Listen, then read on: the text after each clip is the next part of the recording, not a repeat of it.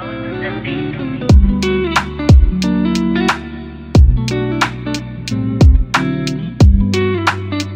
beautiful people of all ages, shapes, and colors, to another episode of the Hit Your Free Throws podcast, where we encourage you to stick to the basics.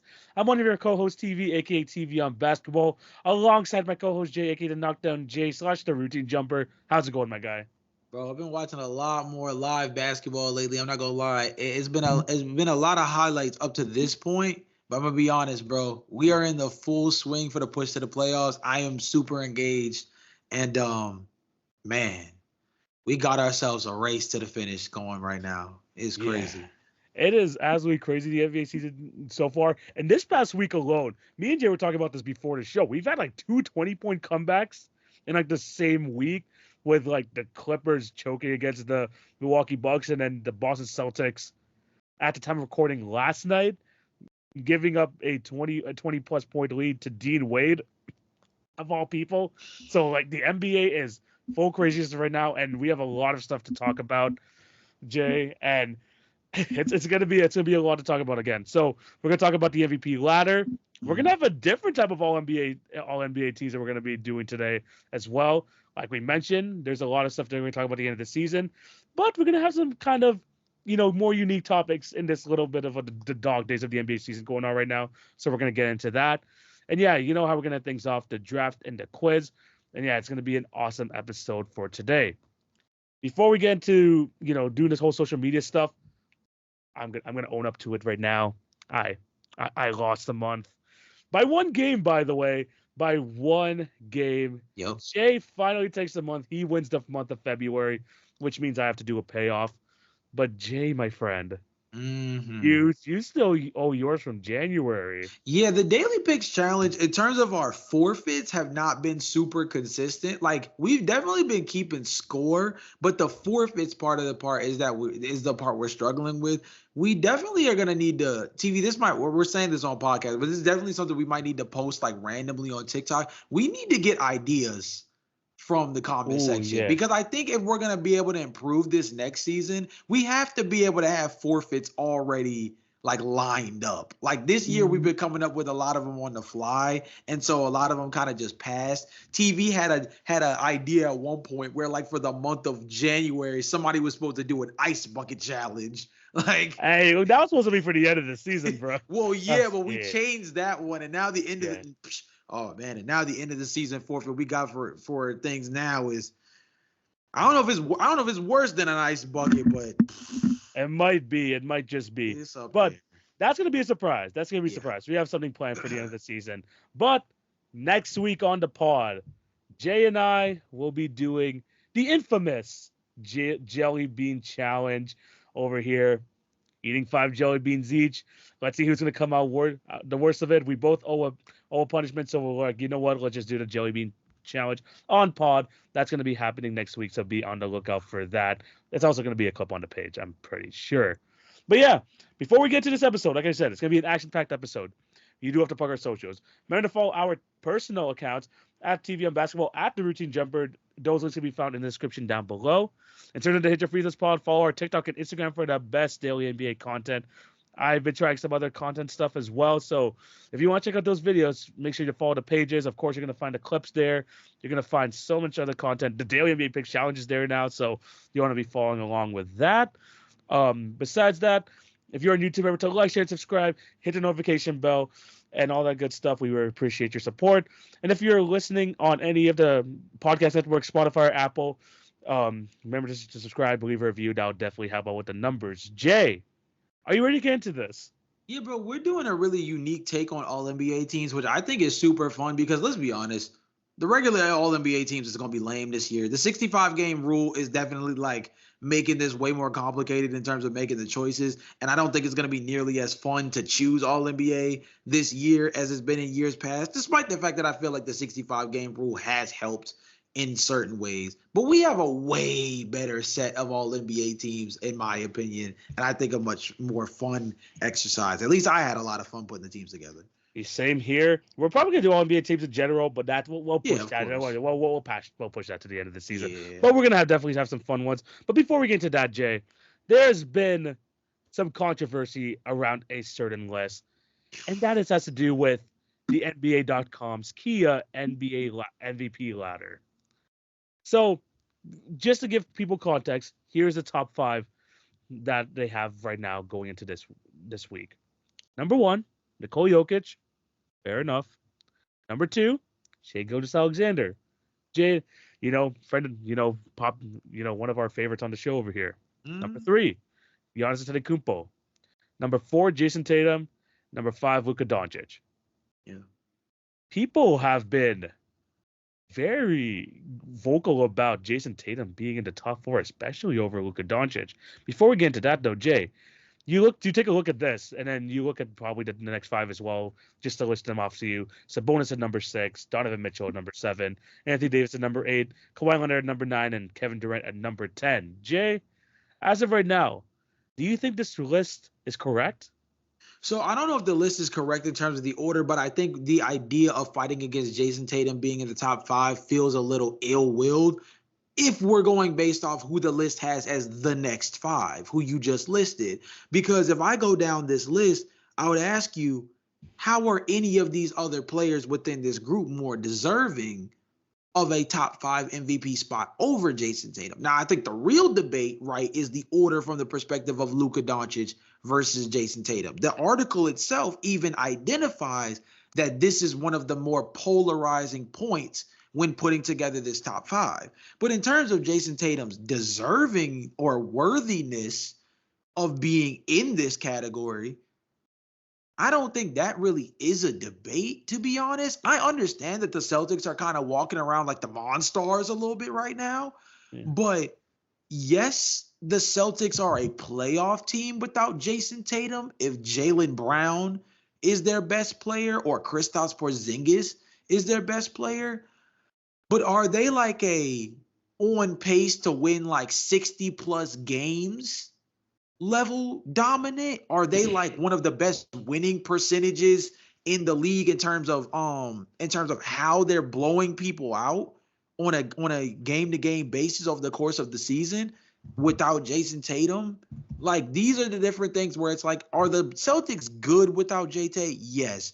But this level of dominance is unprecedented in a way where they're clearly not this level of good unless Jason Tatum is on the team.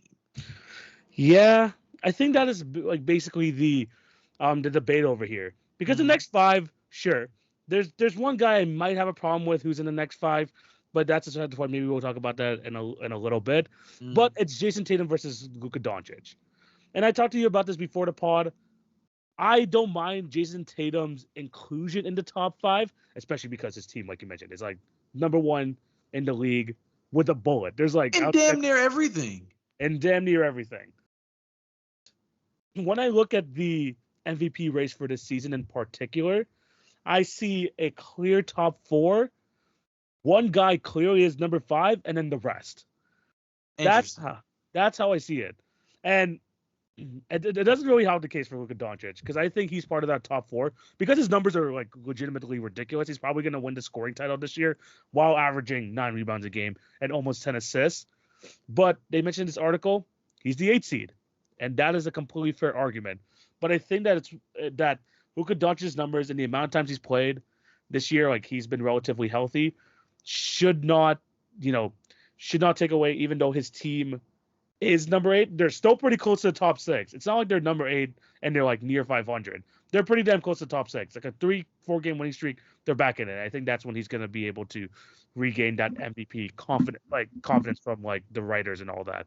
But my thing with Jason Tatum is compared to the top 4 guys on this list, I don't see any of these teams, any of them, operating without their top guy compared to the way the Celtics are.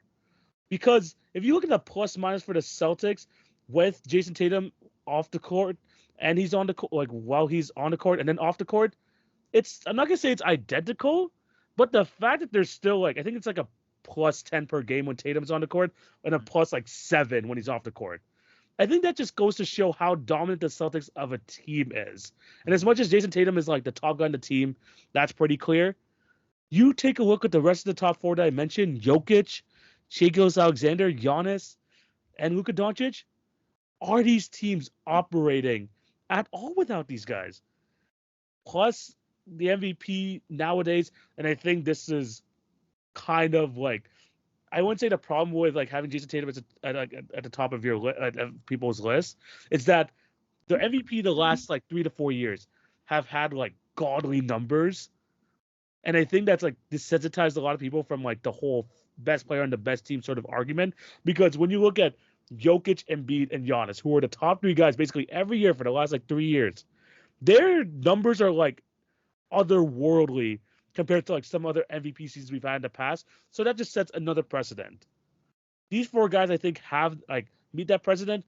Some guys maybe don't have as good of a record, a la Luka Doncic, but Jason Tatum for MVP numbers, and the fact that even when he's off the floor, the Celtics still prove to be a very dominant team.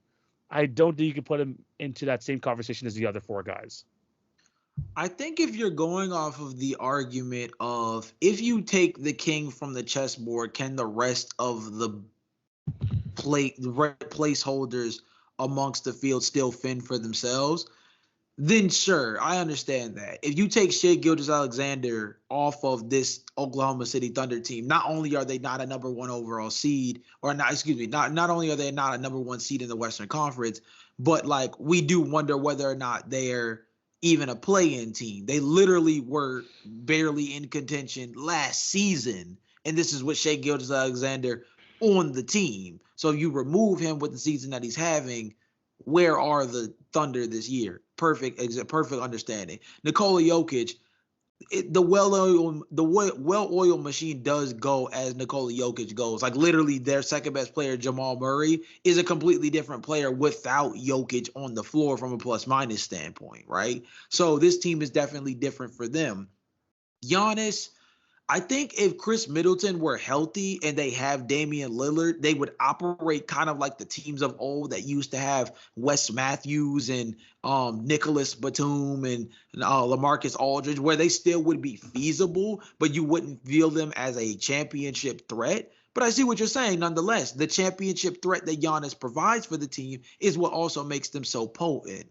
And then Luka Doncic, we know Dallas isn't good enough because no offense to Kyrie, but Kyrie has never been tasked with carrying a team before on this level of having like championship aspirations. He's never been tasked with being the man on the team and playing at this high of a level. So when you pair that with the fact that Dallas doesn't have the most intimidating roster as it is, despite the fact that we have to shout out PJ Washington and Daniel Gafford in the process. Them boys been hooping since they got to Dallas. But nonetheless, Luka Doncic is, again, similar to Jokic, the engine that makes things go. I think you have a point here that if you have to look at the table and say who doesn't belong based off that criteria, Jason Tatum does not fit the criteria. But again, I think then the question is, if that's the logic you're going to use, I mean, let's even go further down. You read out the next five, but there's five more. Devin Booker, Anthony Edwards, Tyrese Halliburton, LeBron James, Karl Anthony Towns. The only person out of that group that I feel like is even feasible for this conversation based off that criteria is Tyrese Halliburton. And I don't think that he's a top 5 MVP candidate anymore compared to where he was before the in-season tournament and kind of like a little bit post in-season tournament. Yeah, 100%. It's just, yeah, I agree with you there. I think like in terms of like the next guys, even like after Tatum, it's just that, yeah, I think like because he's the number one seed, he kind of gets automatically put into discussion. I think other guys who are kind of even on par with him while looking at this list, people need to respect Donovan Mitchell, by the way. He's having a phenomenal season. He deserves to maybe he's not as close as, Jason Tatum into the discussion, but he kind of has that same sort of Jason Tatum argument where the Cavs are kind of have overachieved without Darius Garland and Evan Mobley on the lineup this season, and Donovan Mitchell has been the main guy for it. Him, shout out to Kawhi Leonard, who's been playing a lot. Kevin Durant has had crazy numbers, but yeah, it's just, it depends really on criteria, and I just think that the Boston Celtics have just like too much talent. And it's, again, nothing against Tatum, but it's just compared to like what you have what the other guys are producing, it's just hard to make the argument, even though your team is just as good, when you have some of these other guys who are still in like 1 or 2 seeds in their conference, especially when you look at Shai Alexander with those crazy numbers, with the Thunder near the top of the conference, to really have the argument over them. Mm-hmm. Yeah, but yeah, any other things from this list that you found interesting? Notable that there's 2 Lakers in the MVP list. Kind of just still trying to figure that one out as a team that we're not even sure whether or not they're going to make it out to play in. I mean, there's a likelihood, but I'm just saying, like, for sure. That's interesting. Kawhi Leonard being back in the mix as even an MVP discussion, huge, because clearly that's a testament to the fact that he's been much, much healthier this season compared to years past.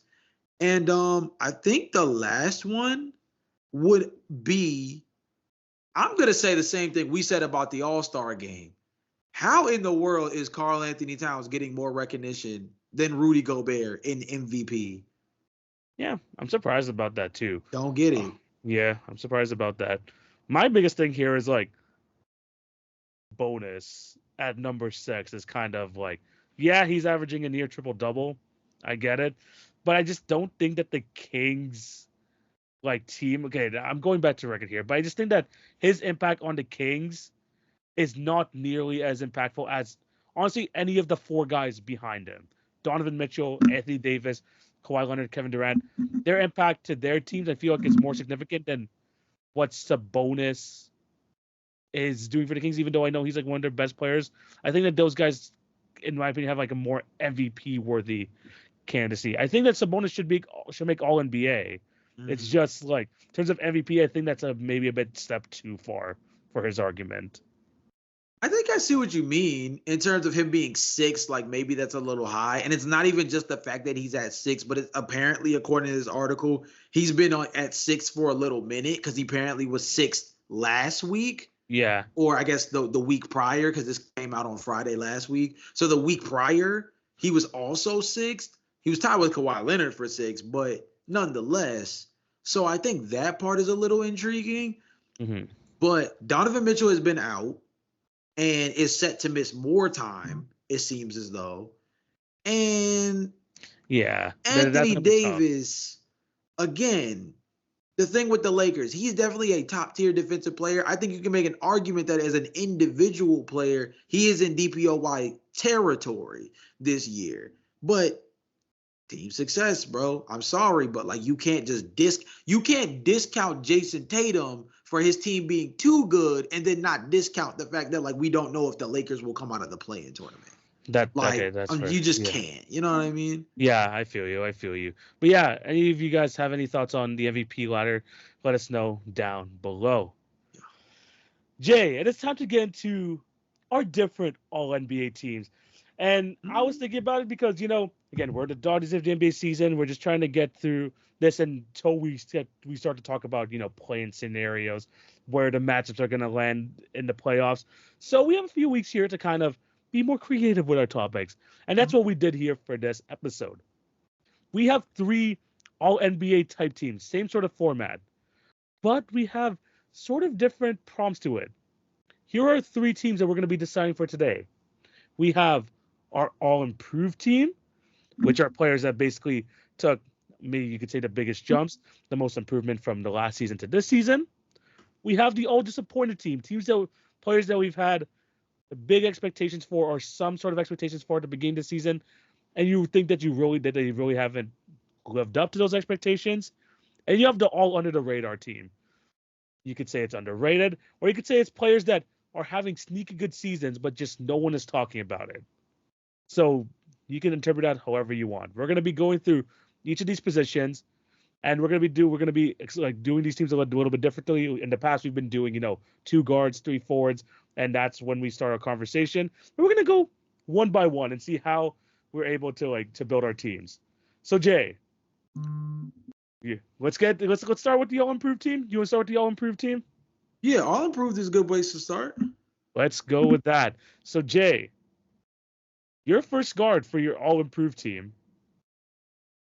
We talked about Dean Wade earlier, but actually, I'm going with a different Cavaliers guy. The first guy I want to go with at the guard spot is Sam Merrill. actually. Sam Merrill, very nice choice. I didn't honestly, I didn't think you were gonna go that much of a deep cut, but I do like that. Do like that pick. I'm going Tyrese Maxey. Give me your argument on Sam Merrill. So I understand Tyrese Maxey, and he was actually somebody that, like, when I was starting to get deep cuts, I was like, maybe I should come back to the surface a little bit.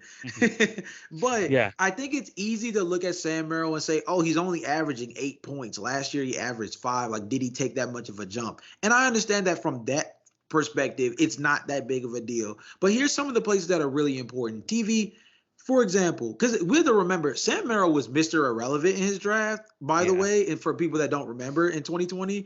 But in the course of 3 seasons prior to this year, including being moved to Cleveland at the back nine of last year, Sam Merrill only played in 41 games combined in 3 seasons as a part of the NBA. Now, obviously, he participated in the G League and things of that nature. But as a part of the main NBA rosters with the Bucks, Grizzlies, and Cleveland Cavaliers in the first 3 seasons of his career, he played 41 games total.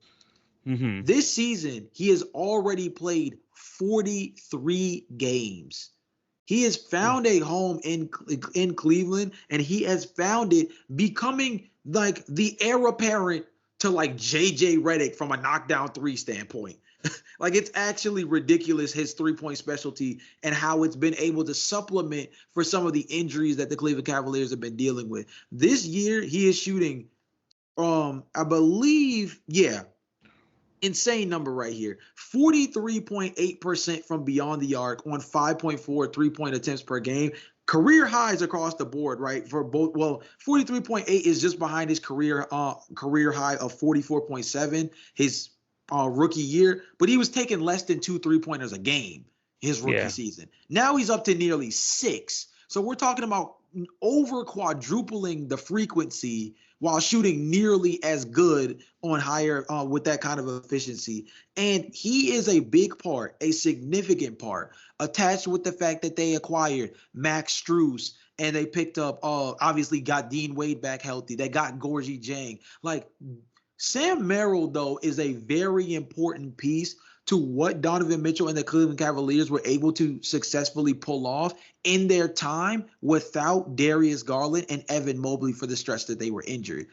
They were able to truly, JB Bickerstaff was able to reinvent this Cleveland Cavaliers team around pace and space 3-point shooting, and guys like Sam Merrill were going to have to step up in a real way to be a knockdown shooter.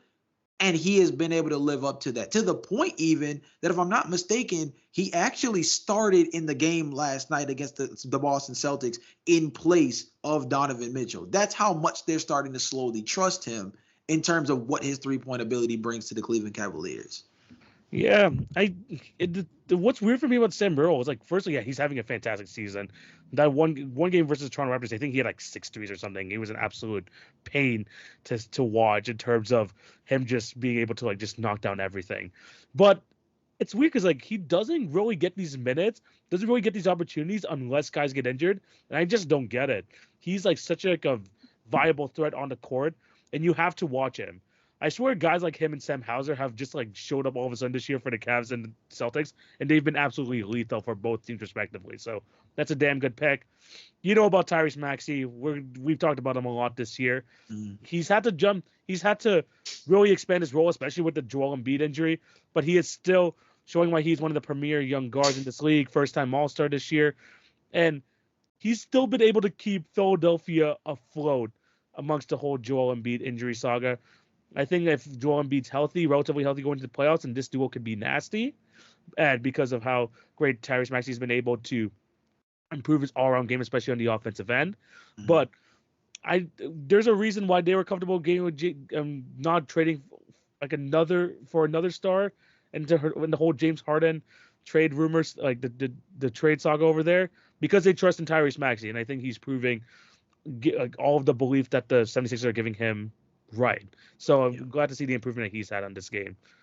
Next player, your second guard. So the second guard that I have is the cheat code. It is my boy Kobe White.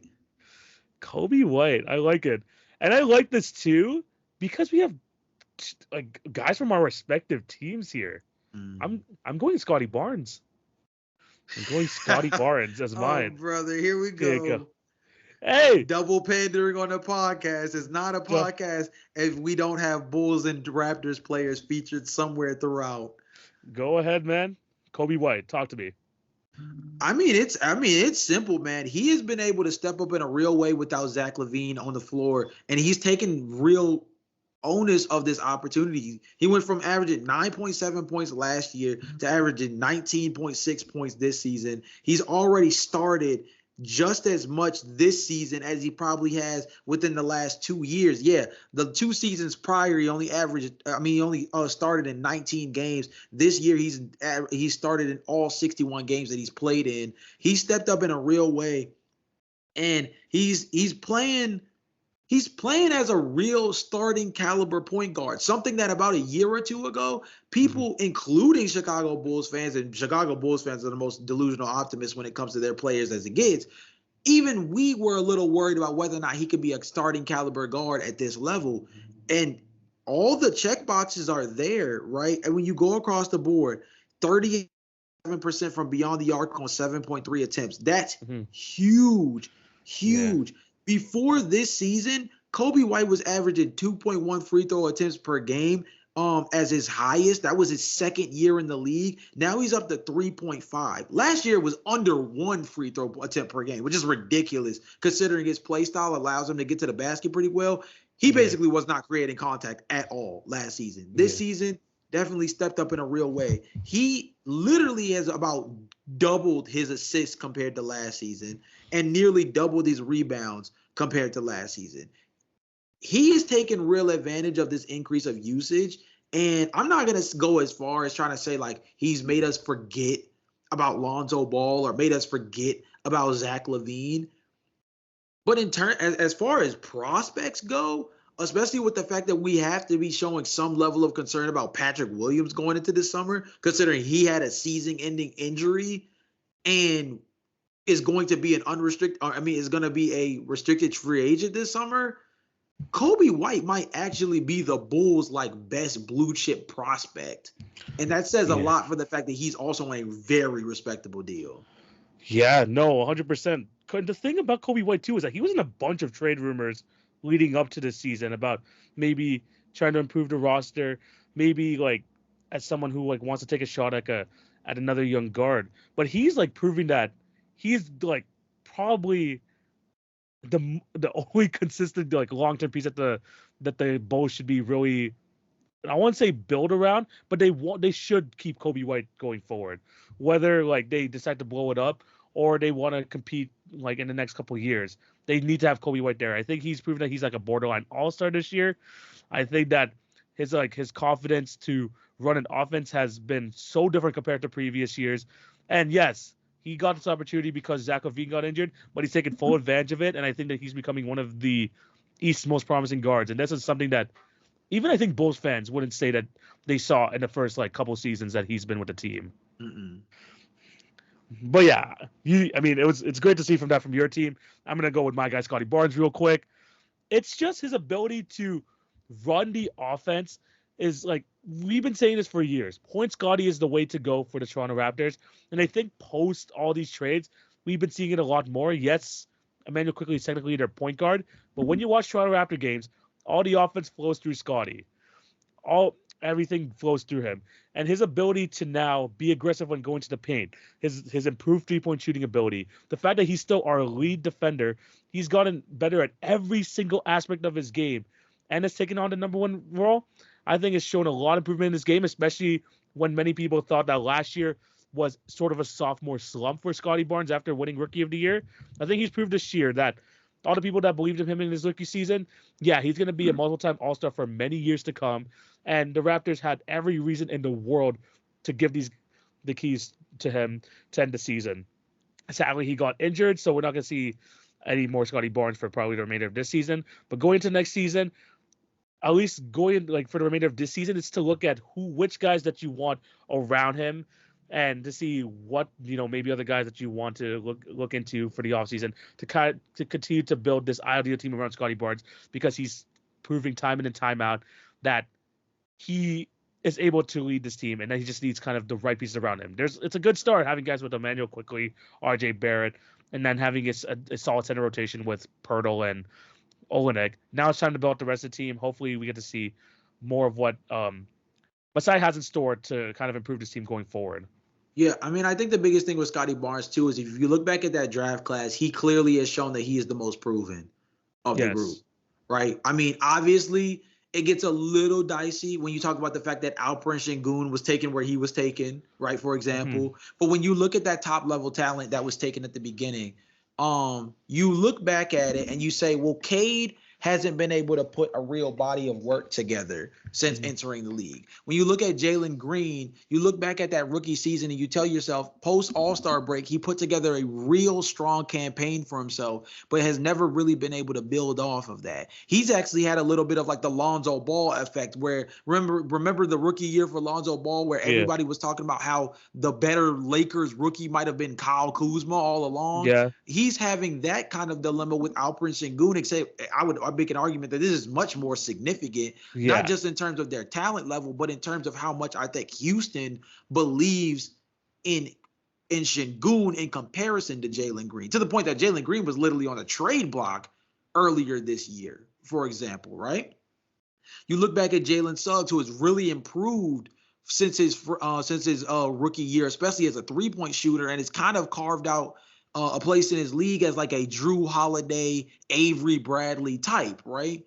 But not necessarily like an all-star caliber guard when it all comes down. Maybe a multi-time all-defensive guard, but not necessarily a guy I think that we're going to end up putting in an all-star game anytime soon. Scotty Barnes has already achieved that now, right? Even Evan Mobley is a guy that we have conversations about, but his level of consistency has lacked to the point that although I think his peak of what he can be on both sides of the ball, more so defensively, still might be a higher threshold than maybe where Scotty will ever reach from a defensive perspective. But in terms of an overall body of outside of maybe Şengün, and I think that's even pushing it because Şengün did miss the All-Star game compared to Scotty Barnes. We got to be honest with ourselves. Like Scotty's carrying the class at the moment. And I love a lot of guys from that group. I didn't even mention Franz, but still, like he's carrying the class at the moment. Yeah, 100%. And as a Raptor fan, there's like, we don't usually get these opportunities to get these top end talents. And the fact that Masai went against the grain and decided to go against drafting Jalen Suggs and end up getting the right guy is a lot of promise for the Raptor fans going forward. All right, Jay, first forward position. What do you got for all improved? Okay, so the first forward position is somebody that I decided to go like all off the cuff with, and it's somebody that I feel like is starting to gain a little buzz, but I'm gonna just go ahead and get to it as early as I can, and that's Jalen Johnson for the Atlanta Hawks. Nice, that's a good one. That's a good one. Might be talked about a bit later. Okay, my first forward. I got Jonathan Kuminga as mine. I like that one. Jonathan Kuminga is my first one. But yeah, quickly let's go through your pick, which is Jalen Johnson. I mean, he's being given the opportunity. Like Snyder is giving him the chance Quinn Snyder is giving him the chance to play, and he is taking advantage of it. He's getting 34 minutes a game, which is like almost triple what he was getting last season at 14.9. He's played in 47 games and started in 44 of them. He went from 5.6 points last year to 15.9 this year. He's doubled in rebounds from 4 rebounds last year to 8.7 this year. 3.4 assists, nearly a block a game, just over a steal a game. Mm-hmm. He's even hoisting up threes. He went from 1.5 3-point attempts last year and shooting a bad 28% on them to 3.4 this year and shooting what I would still say is relatively decent for somebody that's not high volume for 34.4%. Not great, but not terrible because you like the fact that he's at least taking them. And he's being aggressive as an offensive threat. 4.6 field goal attempts last year, so less than 5 shots.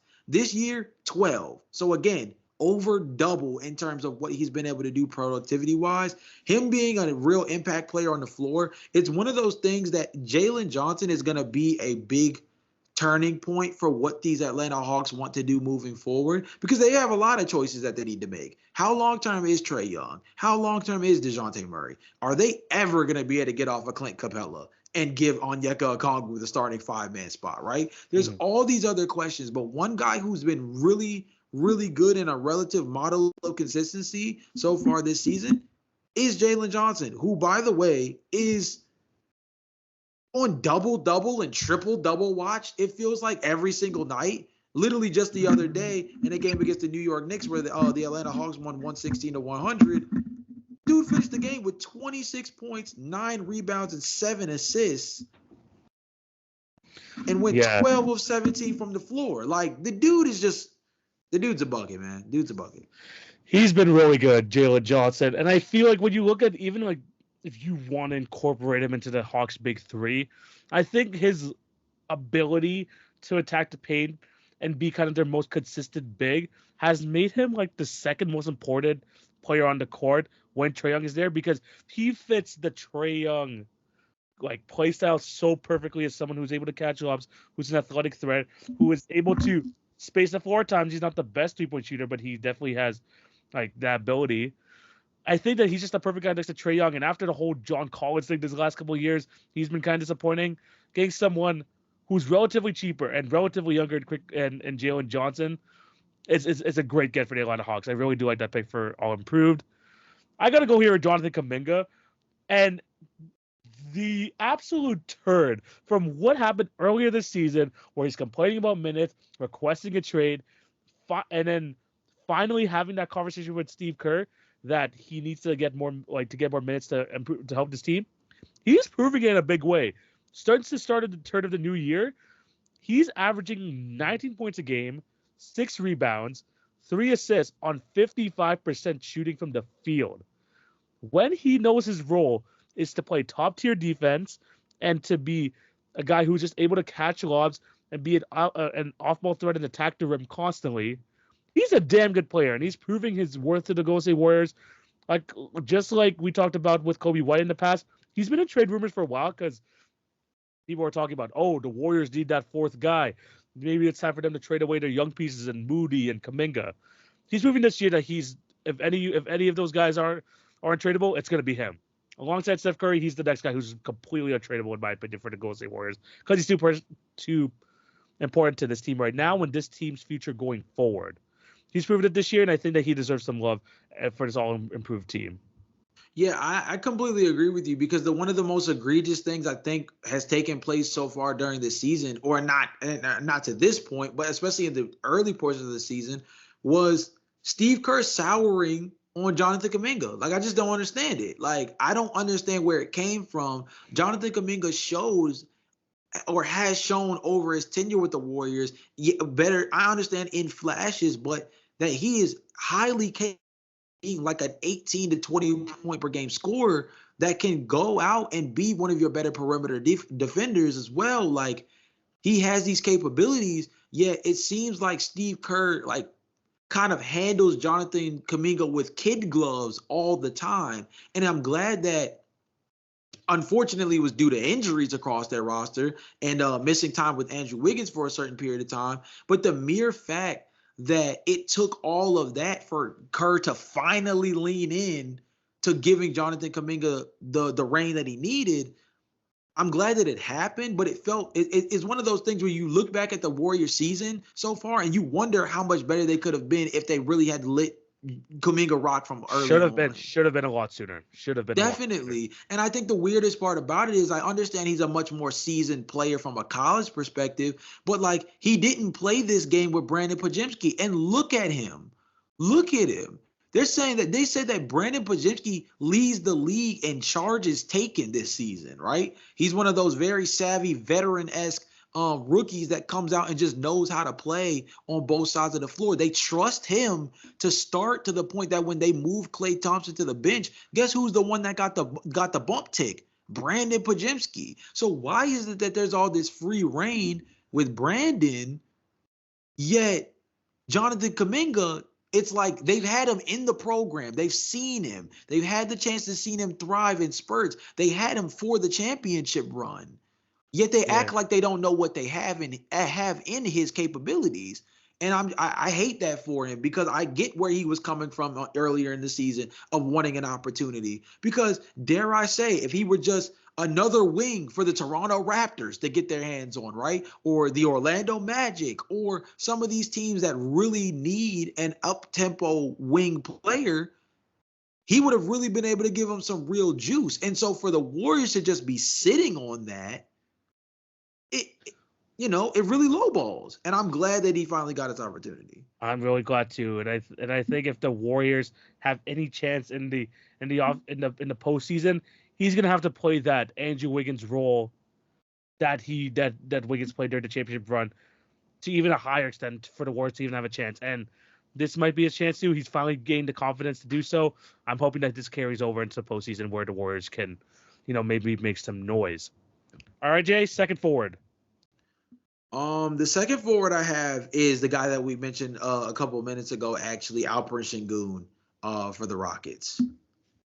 Alperen Sengun for the Rockets.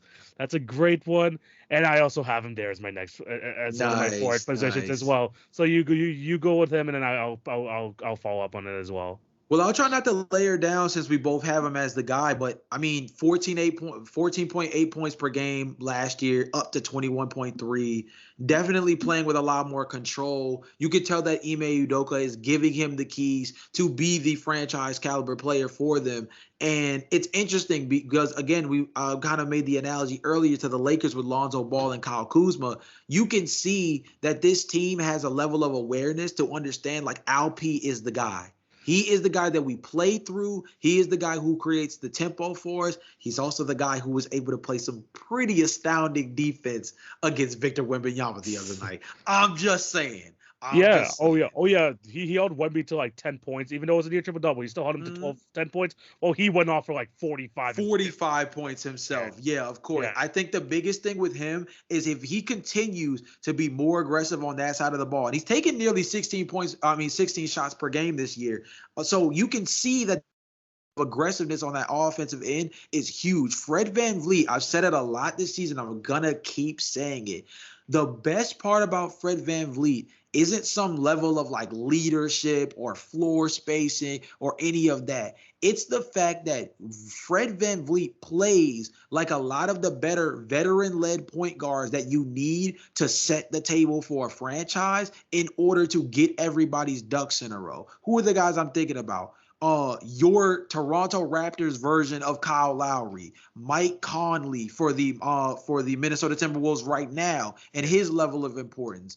Another guy, Rajon Rondo, once upon a time for that Boston Celtics team with the big three in terms of being able to get them set up. I feel like it's kind of crazy for me to go to Rondo over to this guy, but my boy Tyus Jones, who just knows how to control the tempo of the game and get guys to where they be. Another guy, Monte Morris, is really good at this, right? Yes. Fred VanVleet, I think, is a much better version than a handful of the guys that I named, probably outside of like Rondo. And Kyle Lowry, for you guys, was also like an all-star, so let's not sleep, right? But Fred VanVleet is a really good version of that in a way that he's been able to unlock this team. And more than anything, he's created like a single season scouting report of who the Rockets can move forward with and who they need to start having questions about. Al P, there's no questions about. This is the dude. Yeah, 100%. And I'm just going to piggyback off of this with the point that the last 2 years, we were kind of figuring out who is the guy for the Rockets, who is a guy that maybe is like the top, like the guy they should build around, and who has been their best player, because the Rockets have been a mess the last few years or so. I think he's proven that not just this year, even if you look back to last year, Sengun's probably been their best player already for the last 2 seasons. They're just finally coming into light in terms of like stats now. And people have been saying he needs more opportunity. He needs to be treated like a Jokic, and the offense is going to flow through him. I think this is just the start of it. This is the absolute start, and I think he's just going to continue to grow. He's only 21 years old, which is absolutely ridiculous. So, yeah, he didn't make the All-Star team this year, but he has plenty of chances in the next couple of years, especially if the Rockets continue to improve. Their success hinges on his ability to lead the team. And this is just and this is the first year of it. So yes, he's made a ton of improvement, but I do want to see the Rockets continue to build around him as the major piece. I know they drafted Jalen Green higher in that draft. I know that was the guy they were hoping that can lead them into their future as the top guy. But now you got to look at LP, and I think that Ime Udoka's system is finally putting that to light, and the Rockets hopefully realize that is the guy that they need to build around. I definitely agree with that. Wholeheartedly agree. LP is the guy. He is the guy. Last forward position, Jay, all improved team. Okay, so this one is more psychological than actual statistical improvement. So this might be a little bit of a weird pick, but hear me out. The last guy that I have is Rudy Gobert. Go on. So I'm glad you kind of like passed it straight to me on this. Actually, wait, hold on. Okay, I will say mine really quick. Okay. Mine's J-Dub. Oh, completely understandable. Completely understandable. Yeah, J-Dub. Okay. So I understand that Rudy Gobert is a most improved candidate is a little odd when you think about the fact that he hasn't statistically improved at all. And I had to kind of make sense of that myself initially. 13.4 points last year, 13.8 this year. 12.8 rebounds this year, 11.6 last year. 64.4% from the free throw line last year, 64.7 from the field from free throw line this year. Everything, if you talk about the field goal percentage, 65.9 last year, 65.2. So you go down everything and you ask yourself, like, how is Rudy Gobert really improved? TV, last year, Minnesota wasn't close to being one of the top defenses in the NBA. Last year, we thought Rudy Gobert was cooked. We thought he was done. We thought Rudy Gobert was one step away from being Clint Capella, who everybody forgot was an all-NBA caliber center at one point. Yeah. Like last year, we thought we were hanging up Rudy Gobert as being the new Russell Westbrook in terms of having the worst contract in basketball. Yes. That's how deep in the hole this was. Last year, we were really worried about whether or not Rudy Gobert was finished, not only being an all-star caliber center that was DPOY level, but a starting caliber center for a team looking to have real playoff success. This year, he is returned to being the anchor of a top defense for one of the best teams in the Western Conference and a real tone setter for a team that has real aspirations to hopefully make a real run, considering the fact that they also have some very significant financial castrations that also involve Rudy Gobert that make the urgency around their team that much more important. Rudy Gobert went from cook to cooking, basically. And that's huge when you talk about the fact that once upon a time, in a span of a season, this guy went from us thinking maybe his career was shot to now being one of those guys that we now is putting right back up at the top of the DPOY candidacy run. Yeah. I think that Rudy Gobert is like definitely deserves more love, and I think that improvement definitely is valid. I think honestly he fits more to like a different sort of all NBA team that we have. I understand that. I think he fits on a different one, but I like the point, and I like the fact that Rudy Gobert is getting shown a lot of love, especially on this podcast. By the way, we're like, oh yeah, we're all over the Rudy Gobert Defensive Player of the Year hype, and I think that that amount of development is massive, especially from where it was coming last year. And the Timberwolves were like, okay, maybe it's already time to kill this Gobert experiment, and now he's probably next to Anthony Edwards, the biggest reason why they're winning these games. Some may even say that he is the biggest reason they're winning these games. But I digress. J-Dub.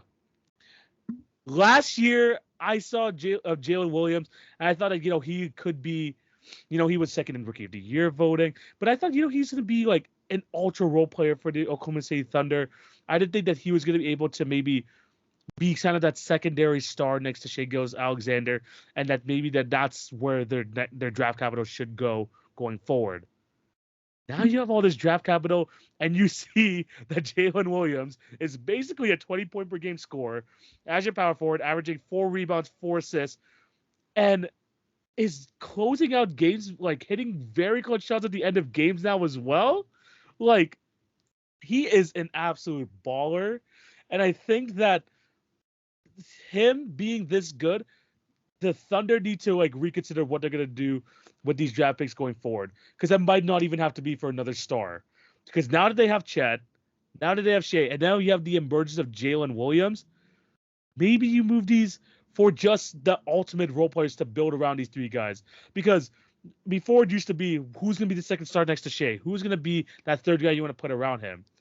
Maybe that discussion needs to change now. Just because this guy Jalen Williams, honestly, if it wasn't for Shea Alexander, might have already been an all star. could have already had some all star consideration by now, because of how because of his ability to do so much on the offensive end. But he's like in a great scenario here, and I'm really excited to see how the Thunder are able to fit him into the future plans and how they're going to be able to improve this team, because he's definitely a big reason, along with Shea, as to why this development, this rebuild is going a lot quicker than we thought it was. Yeah, I think J-Dub too, and you kind of have to pair Chet Holmgren in this a little bit, but those two are making the burning hole in the pocket that is Sam Presti's draft picks that much more questionable, personally. Like, you just wonder, you have 15 future draft picks in the next 6 years, and you have a team that clearly has announced that they are not coming, they're here. You have people that are like very reputable within the NBA sphere that believe that the Oklahoma City Thunder could maybe make a run as soon as this year. So this is one of those things where if you need any version of an understanding around Jalen Williams' development as a secondary or tertiary superstar caliber player, let's look back to the fact that they're comparing this Thunder team to the original one with Kevin Durant and Russell Westbrook and James Harden, who all became MVPs. Now, I don't necessarily know if we're calling Jalen Williams a future MVP or Chet Holmgren a future MVP, but it's the mere fact that people believe in this Oklahoma City Thunder team on that level that makes you believe, like, this guy is going to mean a lot to them, not only in this postseason, but he's going to mean a lot to them moving forward. Him stepping up in this real way like this, huge. And we're going to probably look back at that draft class. I mentioned Scotty Barnes being like one of the guys who like really represents for that draft class, right? Yeah. But we have to look at this draft class too. That we're like, you have to look at this draft class as well. And you just have to really wonder, man, like over the last 3 to 5 years, the Oklahoma City Thunder, man, can't seem to miss. Can you believe that they were able to get Chet as the number 2 pick, and then you got him going number 12? Like, that feels unfair. In terms of, like, we might have to look at this, like maybe at, like, drafts in the past, but is there a better 2 picks, like, 2 first-round picks that a team has better than this? Like, it's hard to think of, because you're able to get 2 and Chet, potentially a borderline All-NBA player in the near future. You have Jalen Williams, who is a borderline All-Star already. And then to match up with Shea, who's that's good, it's definitely something to talk about. And I think that him being improved now kind of shows, okay, give him more opportunities. And I'm just excited just to see what the Thunder now going forward. Because should you go for Lauri Markkanen now? It still feels like the right fit. But do you think that's going to take away opportunities from these other guys on the roster too? So I don't know. I think the Thunder like have like roster. I won't say roster construction problems, but they have like a lot of decisions to make, and these are good because these are very good decisions, because it just shows how a competent front office with even like acquiring all of these assets are able to go into the draft and absolutely hit on their picks. Yeah. So going forward, do the Thunder like do the Thunder have to get like move the way other teams do and try to get that next superstar, or do they continue to roll with their guys? It's going to be an interesting watch to see who's going to end up coming next, especially this offseason. Yeah, I mean, kind of just to finish up on Oklahoma City, I think the other thing too, when you just look at them in general, Jalen Williams, he is a guy who is a big part of accelerating the timeline. Like at the end of the day, if you want to bring him up as a most improved candidate, it's also because of the fact that this has made things much easier on them moving forward. And you mentioned it beforehand about just having this treasure trove of guys to figure out roster construction. It isn't an easy feat, right? Houston had to completely reboot and kind of start bringing veterans in order to kind of straighten things out. Because you go down the list for them, you know what I'm saying? Like they have Jalen Green, Jabari Smith, Tari Eason, Amin Thompson, Alperen Şengün. You go down the list. They're loaded across the board. Detroit has too many bigs to understand for themselves, right? Like there's all these teams that have this treasure trove of guys that are kind of just stacked on top of each other, and being able to identify how to make the most of that is always the hardest part about having so many hits on the draft, or trying to have as many hits in the draft as you can. Oklahoma City has just, I wouldn't say perfected it, because there's no such thing as perfecting a draft. But if there was anything close enough to it, it's whatever they got cooking up right now. Yeah, 100%. And just excited to see what their future is going forward. And Jalen Williams, man, it felt like an unsung hero earlier in the season, but especially as of late, he is really showing himself to be, Chet and Shea may be, most prolific guys here, but I'm trying to reach their level, and he's getting more opportunities, and he's just getting better and better as the season goes on. So excited to see how this team does in the playoffs. Jay, before we move on to the next topic, do you want to go through like your all-improved team just in general? See that? Oh, yeah. So, I mean, from a production standpoint, like on the floor, this team is like not great. But I mean, just in general for improvements. Yeah. But in terms of my all-improved team for the 2024 season, the guys that I decided to go with at the two guard spots, Sam Merrill for the Cleveland Cavaliers and Kobe White for my Chicago Bulls. And then at the forward spots, Jalen Johnson for the Atlanta Hawks, Alperen Şengün for the Houston Rockets, and then Rudy Gobert for the Minnesota Timberwolves. Great picks all around. For myself, Tyrese Maxey and Scotty Barnes in the backcourt. We got Jonathan Kuminga. We have Jonathan Kuminga as one of the forward spots. We got J-Dub, and we also have Alperen Şengün. Let us know if we're missing anyone. There's a lot of guys who have taken the so-called jump this year that we've definitely did not mention here. So let us know down below who deserves to also be in this conversation. If you guys want to make your all-NBA, all-improved second team too, you can put that down in the description below. In the comments below. Jay, this was a very good conversation about all-improved, and it made me think, you know what? These two teams we have these made, let's just save it for another episode. Let's make this like a little mini-series over the next 3 weeks and see how all of these new all-NBA teams go. So this week we did all-improved team. Next week, we're going to do all disappointed teams so far. So we're going to be going into that. Maybe we have our teams right now, but it might change. We might have a change of heart going to next week. So we're going to go through that list as well next week. And if you want to hear a good rant, that might be the time to hear it too. So be on the lookout for that. But it's time for us to go into the final segments of the show, which we start off with the NBA draft. It's a Hit Your Free Throw spot when we have the NBA draft. And we're going to continue on with the NBA Draft Class Series. Last week we did 2005, and this week we are moving on to 2006. Jay, how do you feel about this crop of players we have to choose from today? I'm going to be honest, bro. This is one of those where, especially because I always get the first pick, I'm going to have to be real strategic, because I feel like there's an obvious answer for who one of the top guys in the group are. But TV, I ain't going to speak too much, but there's not a lot of depth at big man. That's kind of the one thing I'm going to kind of note to.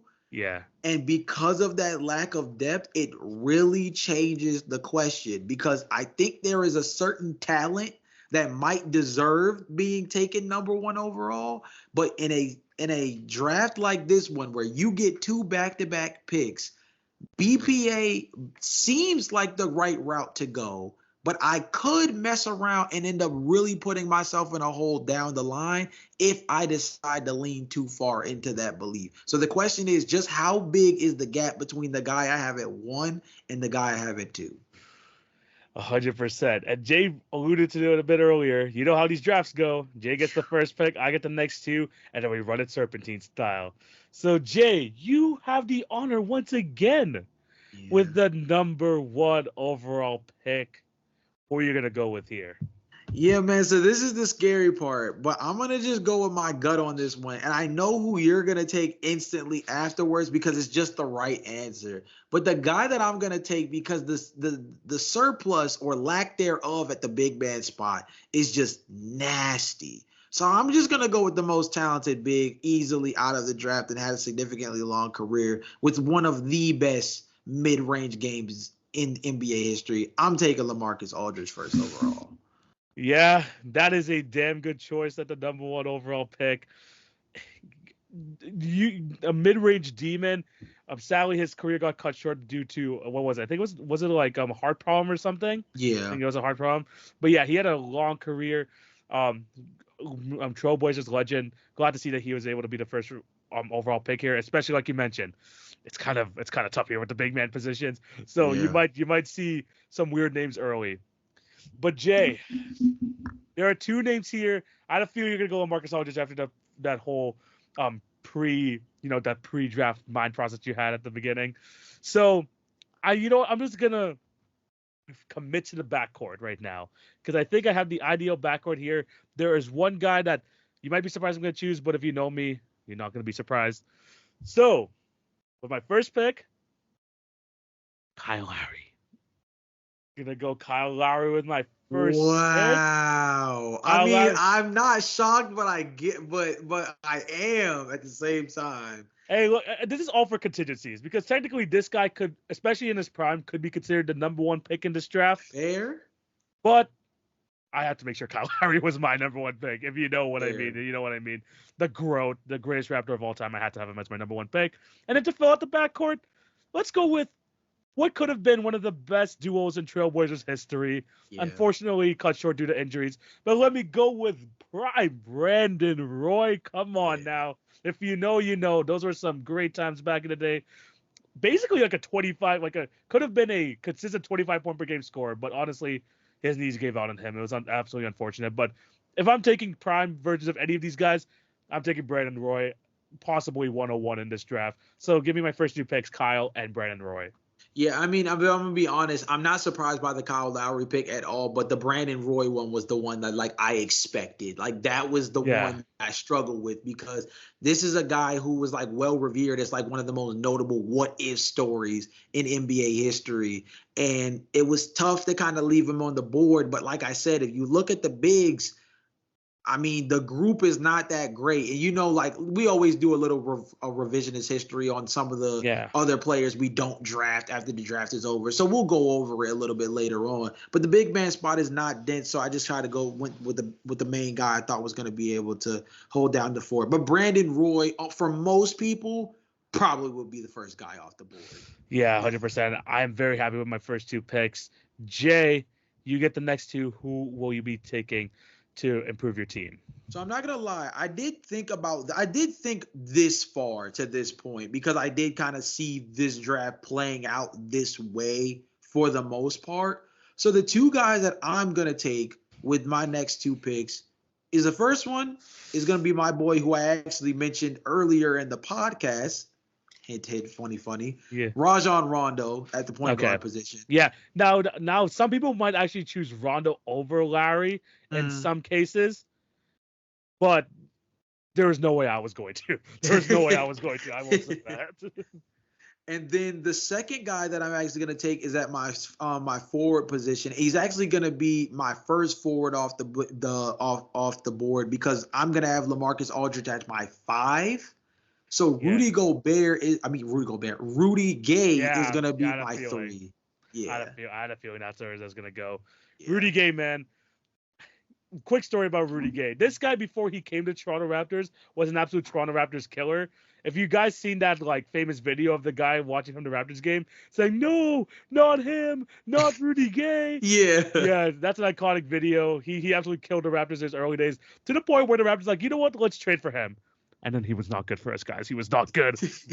And then we ended up trading him after a season and a half. But luckily, that Rudy Gay trade where we traded him to Sacramento started the whole way to North movement. So I have to thank Rudy Gay for that. I like those picks though. Rondo and Rudy Gay, those felt like the most logical guys to go off the list next. So I really do like the direction of your team is going. All right. Next for myself. I got 2 picks here. There's still some like really solid guys here, and I do need a little bit. I do need a little bit of defense, and I'm actually gonna get it over here. Both of my picks are gonna be very defensive oriented. I will warn you right. I will warn you right now. I'm just taking a look at the rest of the guys if I'm missing out on anyone. Do I want to go this route? Actually, I feel like you might have seen the same guy, but I'm not gonna say too much. You know what? This makes me very. You know what? I'm a lot happier with these 2 selections now. First up, Paul Millsap. Paul Millsap is coming off the board. I knew the way you were talking when you said defensive. No disrespect to my boy, but when you said defensive aspect, I'm like maybe he overlooked him, and I was just gonna swoop in and handle business. I can't blame you, man. Hey, man. You know what? I go with it. Paul Millsap is on the board, multiple-time All-Star. Loki, really good defender too. Watch those Atlanta Hawks days. This guy was a solid defender there. And now I'm gonna go with my defensive specialist. Give me PJ Tucker to run the 3. Give me prime PJ Tucker to run the 3. Yeah, that's who I thought. That's definitely who I thought you were gonna be leaning with before. Yeah. Oh man, I can't believe I almost missed Paul Millsap there. Jeez. Yeah, I thought you were gonna miss out on either one of PJ Tucker or Paul Millsap, and you actually came out with both of them, which is really, really good. Gotta respect that. I'm not gonna lie. Yeah. This makes things a little tricky though, because I was banking on one of those guys to be hanging around. Ooh-wee. I will say thank you, Paul Millsap, for not having me draft Thabo Cephalosha. No, seriously, by the way. I was literally thinking about Thabo. So the first guy I'm going to take is we're going to go ahead and get knockdown shooter JJ Redick and put him at the 2. Man, but I have LaMarcus Aldridge at the 5. So the question is just like, am I going to just go smaller? Or do I just like pull out all the stops and move him to the 4 and do what I think any other person would do? Or should I just do this to be spiteful, considering the fact that it's only right, considering who's on the podcast at the moment? Please, no. Man. Man. I'm just looking at your team, and it's like, if I don't, I'm going to get smashed on. Who else is here? Please, just don't take whoever just don't take my guy. There's one guy I left on this very moment. Please don't take him. I might have to, TV. I'm sorry, bro. You might have cornered me into it.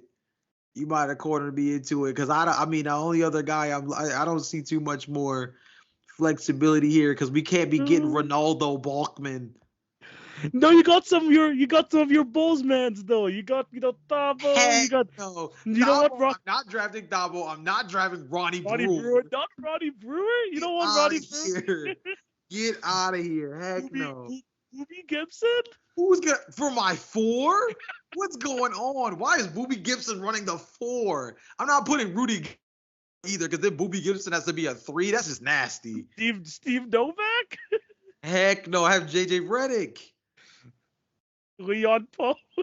Leon Poe is nasty. That is nasty. If you actually look at our draft too, we've also already drafted like the most tenured players. Yeah. That's also notable. I know. TV, I'm sorry, bro. I gotta do it to you. I gotta take Bargnani, bro. No. I gotta move LaMarcus Aldridge back to the 4, and I gotta get Bargnani, bro. I didn't think he was actually gonna last this long. Full transparency, but the fact that you took Paul Millsap and PJ Tucker, like, I have to have somebody in the middle to handle that. I have to, bro. And he was taken number 1 overall. There's no way. He was our first number 1 pick. Come on, man. I have to. It's spiteful. No. It's spiteful, but I had to. So spiteful. No, man. You know what? I know my team might be better by the end of this, but I don't care. I don't have Bargnani. Yo. I had to protect myself, bro. That was the best pick left. I know. Steve Novak and Ronnie Brewer. We're not having a real conversation right now, TV. I know we're not, but it's still sad nonetheless. It's still sad nonetheless. Gosh. Oh, now I'm gonna have to think this through a little bit more. This might end up with Thabo after all. Will it have to end up with Thabo after all? I'm just saying, man. That list gets nasty. I mean, I know Jordan now Farmar is here. Shannon Brown is here. Who says I want another guard with this team? No. True. You did get your backcourt early, so I did get my backcourt early. Uh-oh. He's about to get the funkiest jump shot in 2K11 with Ronnie Brewer. Buddy. What's hilarious is that when you said that, my eyes were literally on his name, so I found out I'm like, are you watching me right now? I'm like on Ronnie Brewer's name right now. No, dude. Love Ronnie Brewer, but let's be real about this, my boy. Come on. It's unfortunate it had to end up this way. But Thabo Sefolosha, welcome to the team. Yeah, you did the right thing. Thabo Sefolosha, welcome to. I did the right thing. I did do the right thing, but I'm sick. I'm sick. You took Bargnani from me. I'm sick. Oh man. Man. That's funny. Yeah, that's my final pick. Thabo Sefolosha. Low-key, important player on those Thunder teams. Very important player on those Thunder teams. True. But will I still rather have my primo pasta man himself? Yes, I would. But yes, it's sir. Okay. All right. The teams are complete. Jay, who do you got in your 2006 NBA draft team? All right. So for my 2006 NBA draft team, my team consists of Rajon Rondo at point guard, JJ Redick at the 2, Rudy Gay at the 3, ended up moving LaMarcus Aldridge back to the 4 so that my boy Andrea Bargnani can play the 5. I'm still sick. Ugh. I had to do it. I had to do. You took both the picks. I thought at least one of those guys was gonna still be on the table. You took both of them. It was too perfect that both of them were there for me. Yeah. But it cost me Bargnani. It cost me Bargnani. It's okay though. It's okay.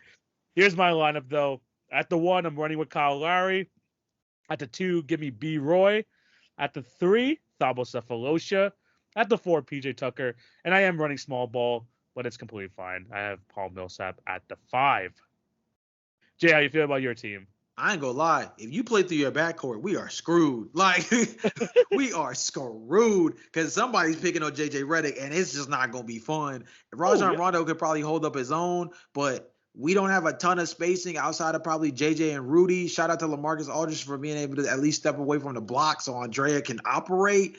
Bargnani's a stretch 5, bro. You're good with spacing. You're not wrong, but he's a stretch 5. But for the team we're going up against, we need the boy under the basket. We need the boy under the basket for this. We need him to be in Bogut form, like against this. We need Milwaukee Bogut form of Andrea Bargnani against this team, because like if you're gonna play small, we have to punish inside because your backcourt is ridiculous. Asking to play strong with Bargnani at your 5 is a very tough task. Definitely a death wish. Definitely a death wish. Definitely a death wish. But yeah, we created some very good teams. I like mine as well. That backcourt is looking very lovely over here with Lowry and Brandon Roy. The rest of the team's looking solid too. Let me know down below what you guys think. Whose team is the better one in this draft? Is it mine? Is it Jay's? Let us know down below. Jay, we have now moved on to the final segment of the show, which is the NBA quiz. And I have come through with a different type of quiz today. A quiz that's going to have some physical props with it. Because over the weekend, Jay, I stopped by a sports store and I picked up myself a pack of 2023-2024 NBA cards, NBA trading cards over the weekend. Okay. So this is going to be, again, another mini-series. There's 30 cards in this pack, and we're going to try and have you guess the 10 players per week. I'm already giving you the quizzes for the next 3 weeks. Per week, I'm going to describe the player to you, and let's see if you're going to be able to guess them. Basically, that's it. Okay, this is interesting. Okay, I'm for it. Okay. And this is fun for me because I'm opening an NBA pack. If I get something valuable here, I'll update y'all on Instagram. But at the same time, this man's a fool, bro. But at the same time, 10 players a week. These are how the cards are. I'm not going to show anything, but the cards are in my hand. I have 10 cards over here. And this is my first time opening the pack too. So this is going to be a really fun for basically all of us. It's basically a little pack opening over here, but we're also going to be doing guess the player as well. What in the world? All right, Jay. The first 10 players are in my hands. Okay. Let's see if you're able to guess them. Okay. The first player in this pack. If it's like too easy for you, I'm going to give you a little bit of a harder hint just so you have to think about it a bit more. Okay. But if it's a bit harder, of course I'm going to give you easier hints. Yeah. This guy, known for his playoff performances. Yeah. This guy, and honestly, this season, like my biggest thing about him is that I don't know if you've seen a Hotels.com commercial in your area, but this guy has like one of the funniest commercials from the NBA this season. Hotels.com. Hotels.com. I know like Jokic is one of the players in the commercial. Like there's like two separate commercials. There's one with Jokic and Payne Watson, and then there's another commercial with. I've seen that one. Yeah, and then there's another one with this guy and also a rookie on his team. This guy's an absolute baller. Been in the league. Oh! I know which one you're talking about. It's Jimmy Butler because it's the one with Jaime Jaquez, right? It is Jimmy Butler. Yeah. Okay. Here's a card, by the way. The Jimmy Butler card. Celtics performance. Love that. Looking like a nice card over here. TV will post these on the gram with clearer 4K visuals. For sure. All right. Next player. Oh man, this guy's been a topic of conversation throughout this entire season. This guy, I wouldn't say he's overrated, but maybe people have put him on a pedestal with the wrong, caliber of players. I will say that. Interesting. He's a very good player. One of the most important players, probably like a top 3 most important player on his team. It's just that people like overrated to the fact of like maybe he deserves more recognition than he does. There's a handful of people that actually qualify for that, but I think the guy you're talking about is Derek White. It is Derek White. Yeah, he definitely qualifies for that for sure, especially top 3. You could definitely make that argument. You can make that argument, but these people were saying he's an NBA All-Star, and I am just not good with that argument. But yeah, neither, man. Yeah, nice looking card though. Derek White is in the pack. Next guy. Might be a little bit of a preview to an all NBA team that we're gonna have in a future episode. That's a little bit of a spoiler. But this guy, an elite player at his position, we just haven't seen enough of him this year, unfortunately, due to injury. An elite player that we haven't seen. Huh. This team, like his team, we're still waiting to see what the final product of his team is, in my opinion. I feel like we haven't seen enough of the final product of his team, and we're still like 60 games in? I feel like we haven't seen enough of like this team as a whole. But this team isn't in the postseason. This isn't in postseason contention. No, they're 100% postseason contention, but I think they could be better if his injury wasn't so prominent this year. Interesting. Wow, that's interesting because the first guy I thought of was Paul George, but actually I would say that like that would be lowballing who we're talking about. That'd be lowballing. I mean, he's played a lot this year too. I was gonna say because PG has actually played. This guy, this guy's like known for scoring a bunch of points and still not making All-Star teams, even though he was one of the top scorers in the league. Oh, wow. Wait, he's known for scoring a lot but not making All-Star teams? He's definitely had that case in the past where he's like one of the top scorers, maybe even the top scorer in the league, and he didn't make like an All-Star team.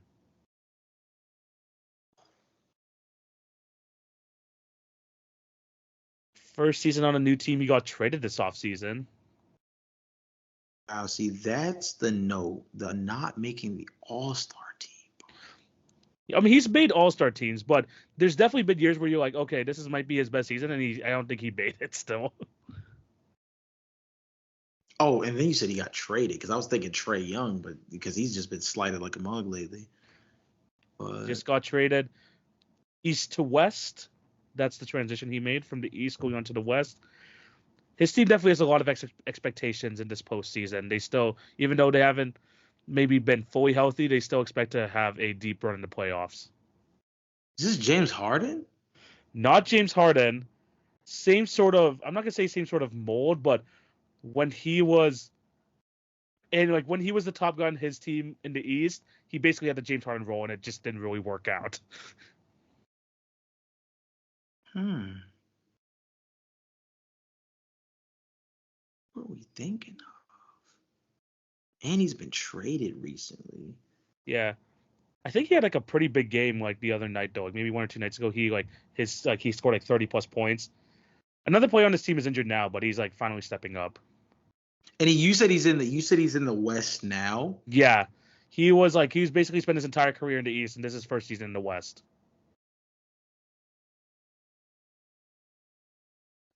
Part of a big three in the West. Yeah, he's definitely a member of a big three.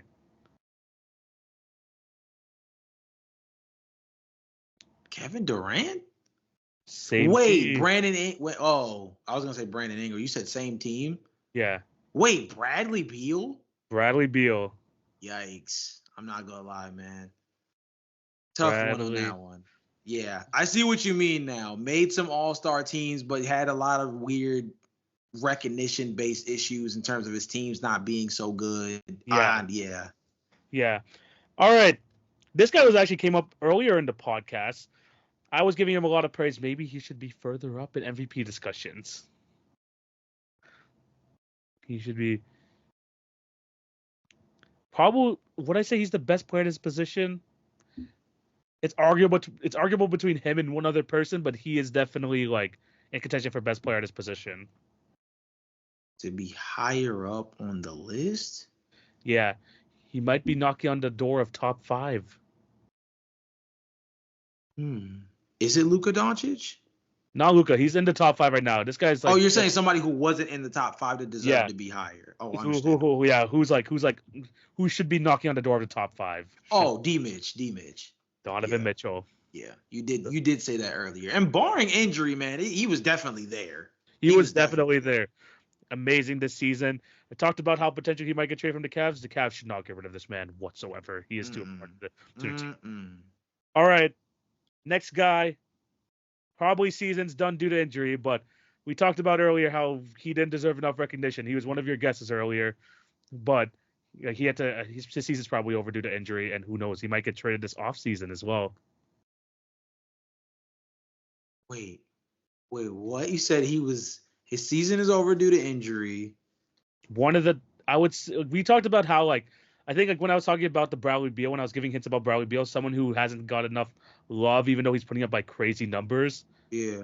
Someone who he basically didn't make the All-Star team this year until certain things happened. Oh, is this Trae Young? Yep, it is Trae Young. Right over here. Unfortunately, ridiculous. 26-11, 27-11, and not making the All-Star team on first ballot. Ridiculous. Absolutely ridiculous. All right, we've got a bunch of stars, and now we might be going into the meat and potatoes. Okay, let's do this. This is gonna be more fun. Ooh, I like me a good role player guess. All right, this next guy. Go. A very promising player on a Western Conference team. He did not go the conventional route, going to a U.S. college, though. He went through a different route to get to the NBA.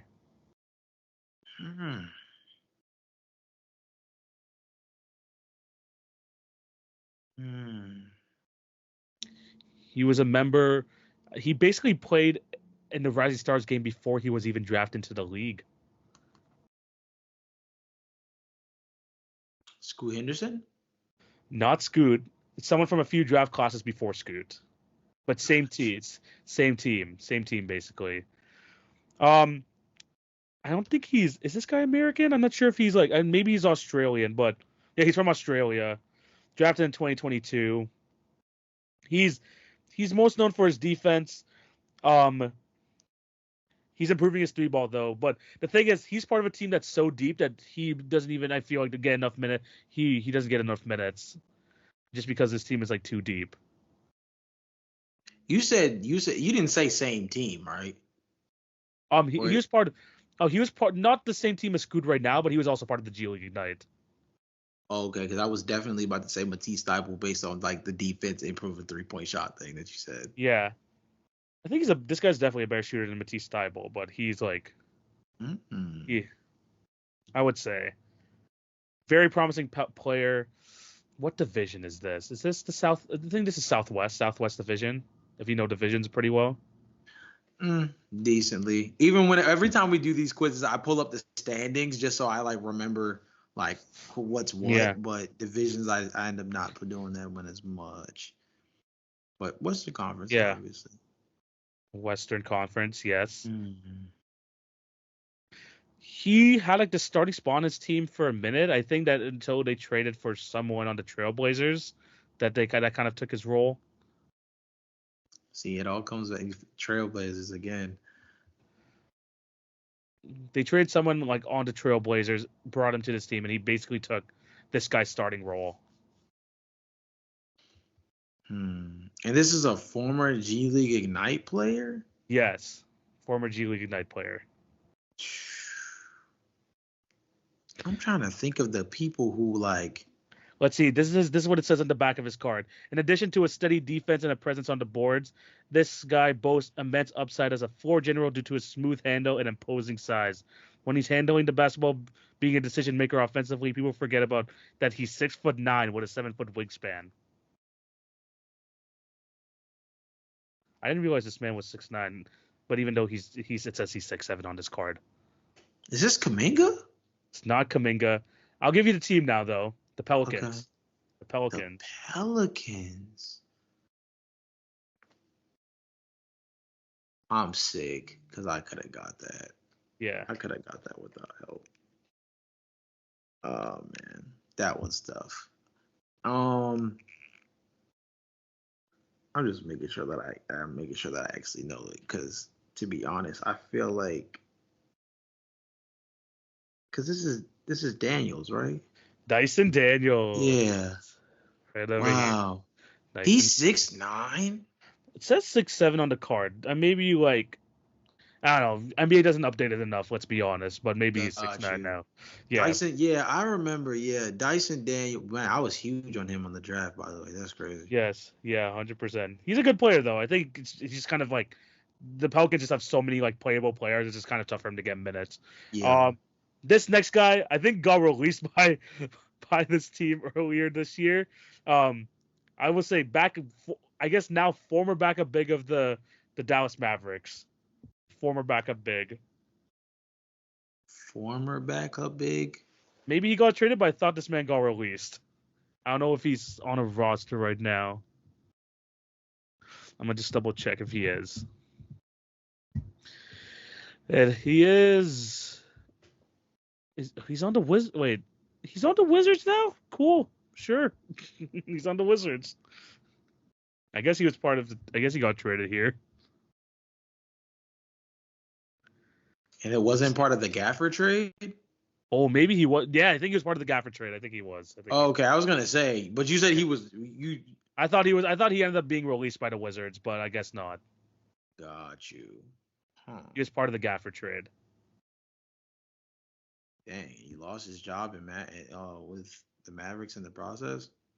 Yeah, like I don't think like he was supposed to be their backup big, and then he wasn't really that great just because he's not a great defensive presence. But he's kind of like Montrezl Harrell, where if you give him the ball, he's gonna score. He'll if you give him like a big score, like a decent scoring goal, he'll average like 13 and 10. It's just that he's gonna give it all back on the defensive end. Was he on Dallas last year? He wasn't on Dallas last year. I think he was just added this year in the offseason. Prominent member of the Kings before.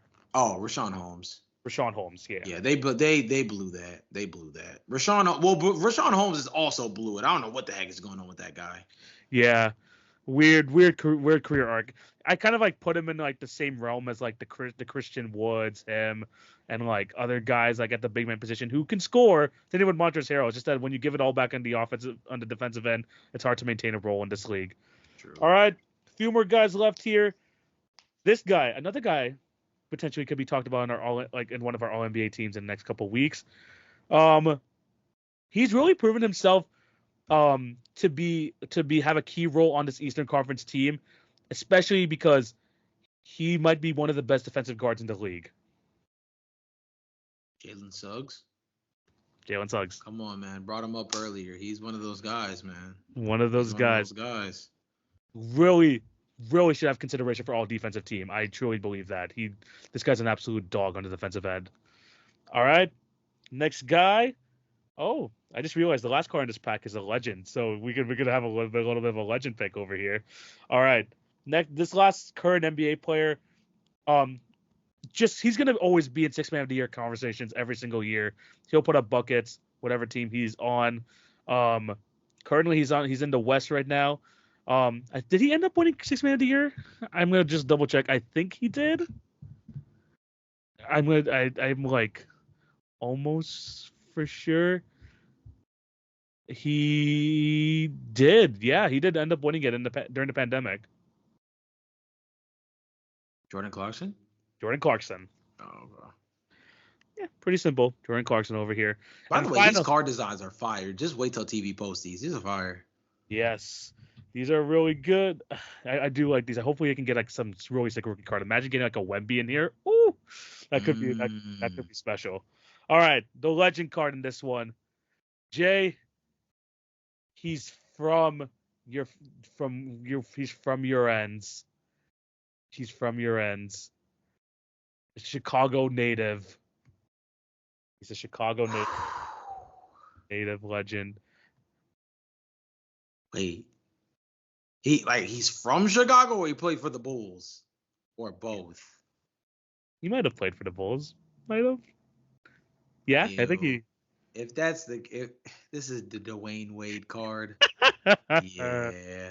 Of course, they're gonna give me the Heat version. Of course, they're gonna give you the Heat version, but it's the mere fact that we have to say maybe is like, ew, man. That was an era to its own, to be honest. Basically, what I mean by that is let's just forget it happened. Dude, one of these days we're gonna do like a forgotten teams like thing, like either on the podcast or some kind of like TikTok series. One of the teams, whether you want to forget them for good or for bad.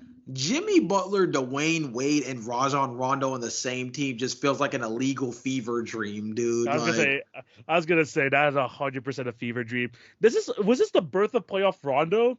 Was this maybe the birth? I think it was, to be honest with you. I think that was around the time because we were punching above our weight in that first round matchup. Yeah, for sure. Yeah. Dwayne Wade was definitely there, and he is there to end up the card. Just a little quick glance here. Some of the other cards you got here as well. A lot of star players, by the way. I had to be creative with those clues, but a lot of stars. But we got some cool little players at the end. Stay tuned for next week where we go through the next 10 cards in this pack. Very nice. But yeah, that's the end of today's quiz, and that's the end of today's episode. Thank you guys for watching. Jay, what do you tell these beautiful people before we sign out? Hey man, look, if you can't tell that we're really getting nuances to the game, we had to move topics around because we've just been so enthusiastic about breaking down some basketball. So we pretty much already have our next couple of episodes planned out, it sounds like. Not just the quizzes, but it sounds like we already have a couple of things in store with the way we have stuff set up. Like TV says, stay tuned because we have all the All-NBA teams that we're putting together coming up over the next couple of weeks. The TikTok content is increasing. We are getting better with it. TV has been on a roll. He actually posted a vlog of his own on his individual page for another Raptors game as well. The clips are going up, so if you're not catching the full thing, definitely catch some of the segments that we have going on, and we're gonna just continue to improve. We are full steam ahead to the playoffs, same way as these basketball teams across the association. TV, we are down to the 20 or less game mark for these teams. Yes, sir. Man, March is going to go by fast, boy. If you think the NCAA tournament is going to be spicy, the NBA push for the postseason is going to be one to stay tuned for sure. Yeah, man. And look, this is like the perfect time for just hoops fans in general. You got March Madness to kind of fill your void for the dog days of the NBA season. Then right after March Madness, you got some play-in talk, and then the NBA playoffs. Ooh, you know it's basketball season, man. We're in the midst of basketball season, and you love to see it. And you're going to be able to catch all our basketball talk, all NBA talk for the remainder of the season on the Hit Your Free Throws podcast every single week. But yeah, thank you guys for watching. Remember to check out our personal pages down below. Again, the Routine Jumper TV on basketball. Check us out on YouTube, any of the podcast networks, of course, on our TikTok and Instagram pages for the daily content. We have all that stuff up for you. And like we mentioned, we're going to be updating a lot of stuff. Jay's going to be in the midst of adding some maybe segments in the near future onto the YouTube page, and we're just going to have a lot more different content coming out for you. So stay tuned for that. But yeah, this is the end of today's episode. Thank you guys for watching. This is TV. This is Jay signing out. Take it easy, guys. Peace.